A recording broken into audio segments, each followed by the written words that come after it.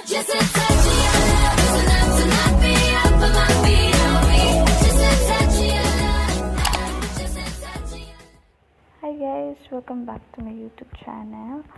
At ngayon, ituturo ko sa inyo kung paano mag-delete ng Facebook page gamit lang ang inyong Android phone. So, una ay mag-login kayo. So, login mo. Una kayo sa account ninyo. Yan. Tapos, click mo ito. Punta ka sa page na gusto mo delete. Ito. Halimbawa, ito po yung i-delete ko. So, punta kayo sa more. At saka yung hanapin nyo yung settings sa ibaba. Yan. Settings. At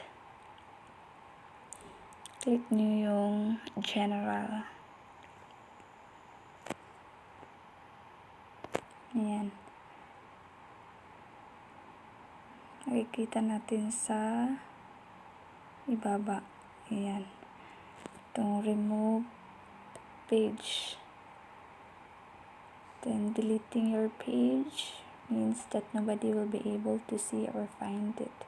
Once you click delete, you'll have 14 days to restore it in case you change your mind. After that, you'll be asked to confirm whether to delete it permanently. So, delete ritchel vlog. So, click natin to. So, ayan. After best to be able to restore within 14 days. So, are you sure you want to begin the process of deleting? Okay. Delete natin. Delete page. Okay. Page enter deletion when you can cancel deletion within 14 days. So, makakancel pa natin within 14 days. Pero after 14 days, permanently deleted na yun.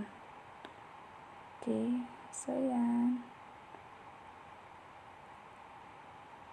Delete na po natin siya. Ayun guys, yun lang kasimple. Gamit lang ang ating Android phone. So, thank you for watching. Like and subscribe. Bye-bye.